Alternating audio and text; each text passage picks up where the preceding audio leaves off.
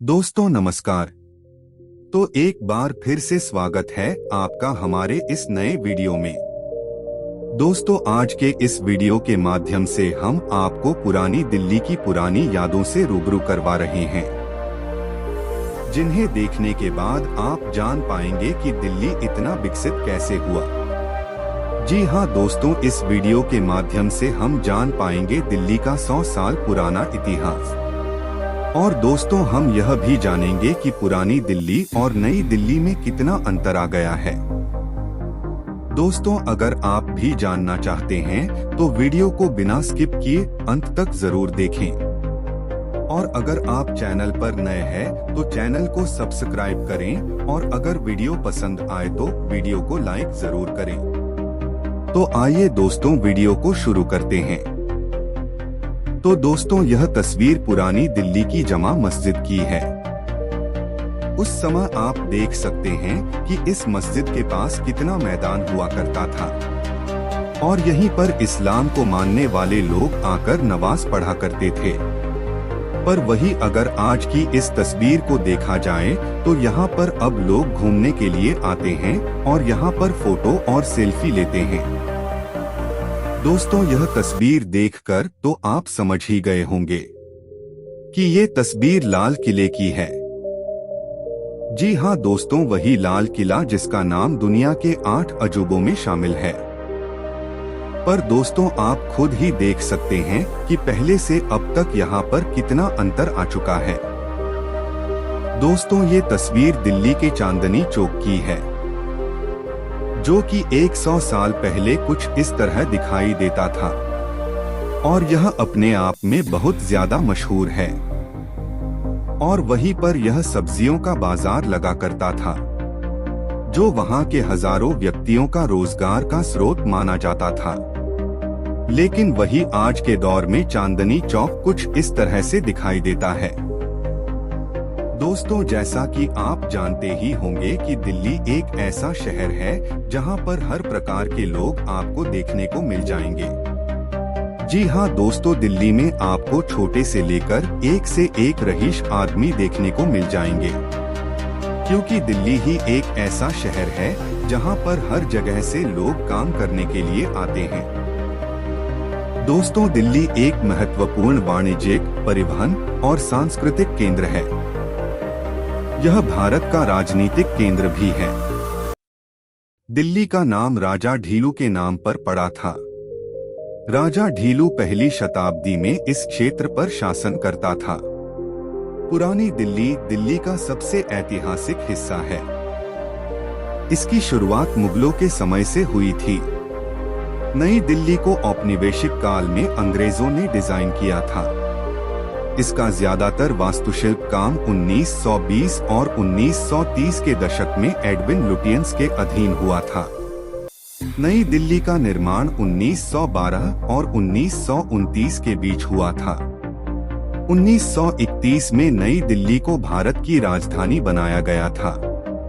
पुरानी दिल्ली महानगर का सबसे ऐतिहासिक हिस्सा है।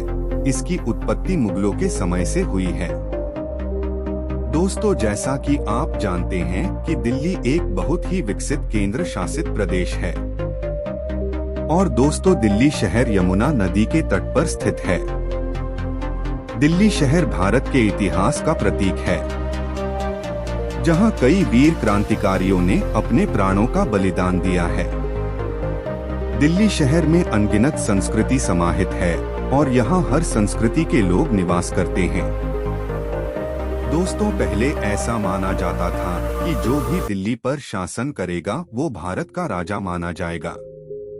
दोस्तों अब आप इसी से अंदाजा लगा सकते हैं कि दिल्ली शहर पहले भी कितना पावरफुल था।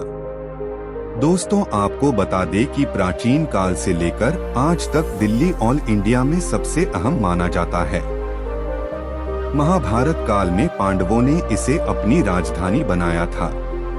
उस समय इस शहर को इंद्रप्रस्थ के नाम से जाना जाता था और आज भी दिल्ली भारत की राजधानी के रूप में सारी दुनिया में विख्यात है।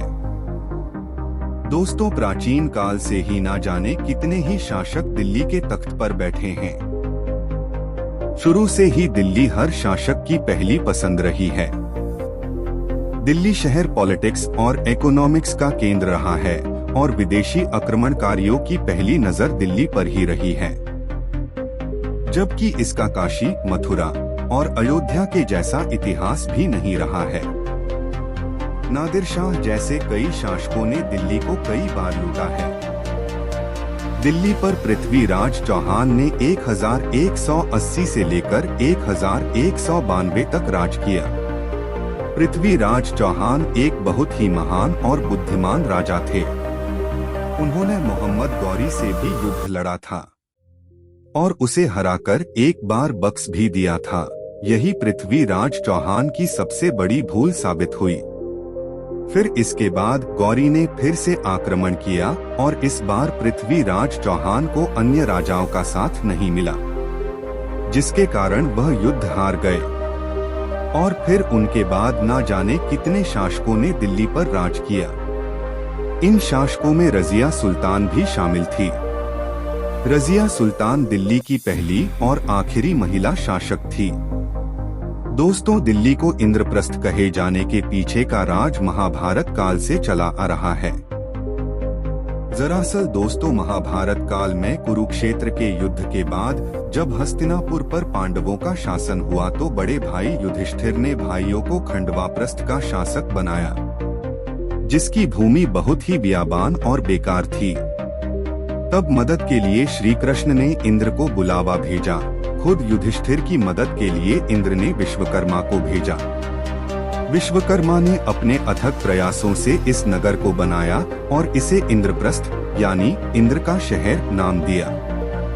दोस्तों, महाभारत काल के बाद सल्तनत काल में ना जाने कितने ही मुगलों ने दिल्ली पर शासन किया। और दोस्तों, इसके बाद आखिरी मुगल शासक बहादुर शाह जफर के बाद सन 1857 में ब्रिटिश शासन के हुकूमत में शासन चलने लगा। 1857 में ही कलकत्ता को ब्रिटिश भारत की राजधानी घोषित कर दिया गया। लेकिन 1911 में फिर से दिल्ली को ब्रिटिश भारत की राजधानी बनाया गया।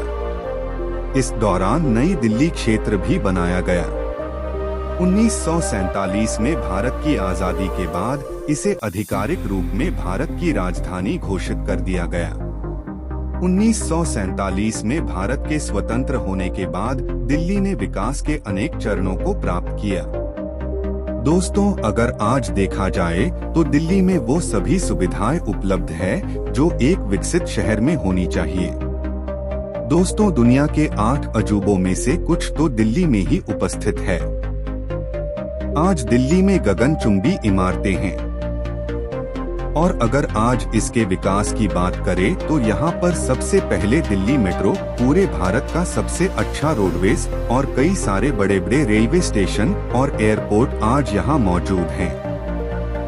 और दोस्तों, अगर आज पर्यटन की दृष्टि से देखा जाए तो यहाँ लाल किला, इंडिया गेट, जमा मस्जिद, कुतुब मीनार और ना जाने कई ऐसे पर्यटन स्थल है जहां दूर दूर से पर्यटक यहां घूमने आते हैं, जो दिल्ली की पहचान का एक मुख्य केंद्र बिंदु है। तो दोस्तों, कैसा लगा आपको पुरानी दिल्ली से नई दिल्ली तक का सफर? हमें कमेंट में जरूर बताएं। और अगर आपको यह वीडियो पसंद आया हो तो वीडियो को लाइक करें। और अगर आप चैनल पर नए हैं तो चैनल को सब्सक्राइब जरूर करें। मैं मिलता हूं आपको ऐसे ही एक और मजेदार वीडियो के साथ। तब तक के लिए धन्यवाद।